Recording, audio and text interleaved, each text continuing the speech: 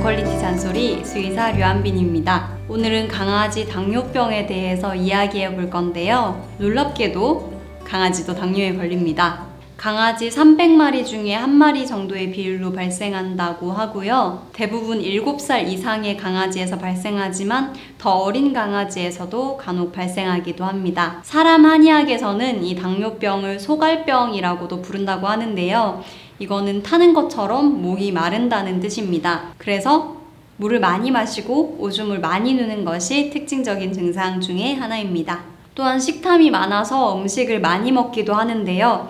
음식을 많이 먹는데도 계속 살이 빠진다라고 생각되신다면 당뇨병을 한번 의심해 볼 수도 있겠습니다. 물론 당뇨병의 초기에는 이런 증상들이 확연하게 나타나지 않을 수도 있습니다. 당뇨병은 높은 공복 혈당과 당뇨, 즉 오줌 중에 포도당이 검출된다면 진단이 가능합니다. 당뇨병 외에도 일시적으로 혈당이 높아질 수 있는 다른 질병들이 있기 때문에 이를 정확히 감별하는 것이 중요합니다. 당뇨가 확인됐다면 이 당뇨로 인해 진행될 수 있는 여러 가지 합병증을 검사하기 위한 여러 가지 검사들이 필요하겠습니다. 당뇨병은 만성질환이지만 가끔씩 당뇨병성 케톤산증이라는 증상이 나타나면서 응급 상황이 발생하게 될 수도 있습니다. 당뇨병성 케톤산증에 걸린 아이들은 갑자기 무기력해지고 호흡을 많이 가빠하는 등의 응급 증상을 보이게 됩니다. 그렇다면 병원에 입원해서 공격적인 수액 처치와 인슐린 처치가 필요한 상태가 됩니다. 만성 당뇨병의 경우에 어떻게 치료를 하게 될까요? 혹시 주변에 당뇨에 걸린 사람을 보신 적이 있으신가요?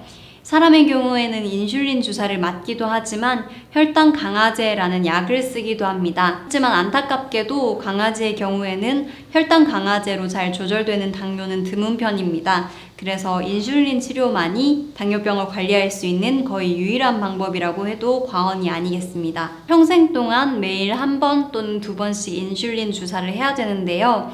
이 인슐린 용량은 책에 딱딱 정해져 있는 것이 아니고 강아지마다 그리고 정도에 따라서 인슐린의 용량이 계속 바뀌게 됩니다. 그래서 최초 며칠간은 병원에 입원해서 계속 혈당을 짧은 간격으로 재면서 인슐린 용량을 결정하는 시간이 필요합니다. 이렇게 해서 높지도 낮지도 않은 혈당을 유지할 수 있는 적정 인슐린 용량을 찾게 되면 매일 1번씩 혹은 2번씩 집에서 주사를 해주셔야 합니다. 또한 당뇨병 치료에서 빠질 수 없는 게 바로 식이요법입니다. 혈당을 천천히 올릴 수 있는 처방사료를 처방받게 되실 수도 있고요.